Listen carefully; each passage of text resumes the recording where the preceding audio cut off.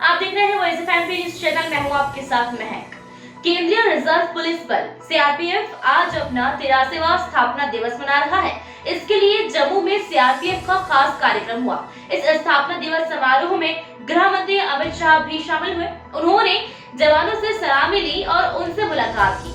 ये कार्यक्रम जम्मू के मौलाना आजाद स्टेडियम में शनिवार को आयोजित हुआ। इस दौरान गृह मंत्री अमित शाह ने सीआरपीएफ की जन्मस्थली नीमच का नाम भी लिया और सर्वश्रेष्ठ प्रशिक्षण संस्थान की ट्रॉफी महानिरीक्षक भूपत सिंह चौहान सिटी से नीमच को दी गई।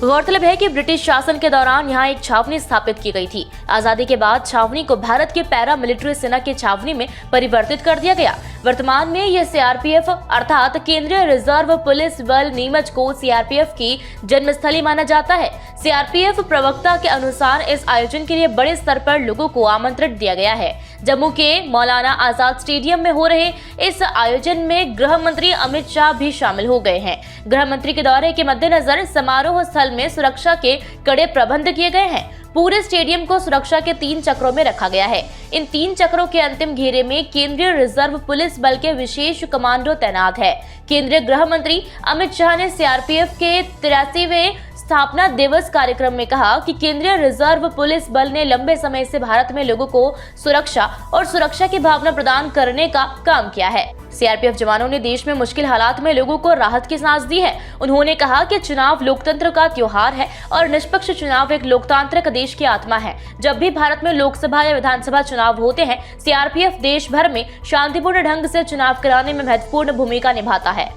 हवलदार प्रफुल्ल कुमार दाई जिप्सी में सवार हैं श्री कुलदीप सिंह चाहर।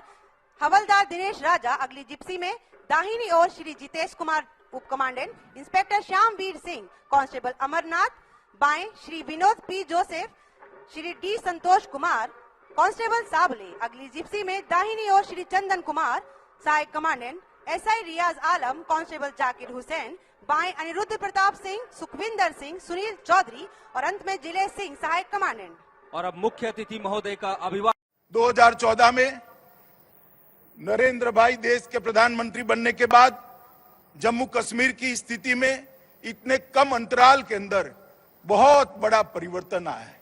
सबसे पहली बात, जम्मू कश्मीर में लोकतंत्र को गांव तक पहुंचाने की शुरुआत हुई है। आज जम्मू कश्मीर के लिए और देश भर के लिए गर्व की बात है, 33,000 से ज्यादा प्रतिनिधि ये लोकतंत्र का हिस्सा बना है।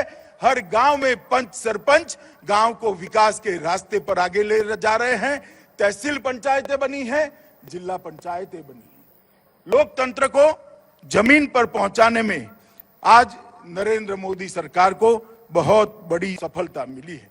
मित्रों, इसके साथ ही धारा 370 हटाने के कारण दलितों, पिछड़े वर्ग, महिलाओं और पहाड़ी लोगों को एक प्रकार से जो विकास की प्रक्रिया से कहीं न कहीं कटे हुए थे, नए कानूनों के तहत इन सबको समाहित करते हुए सर्वस्पर्शीय सर्वसमावेशक विकास की शुरुआत जम्मू कश्मीर में हुई है।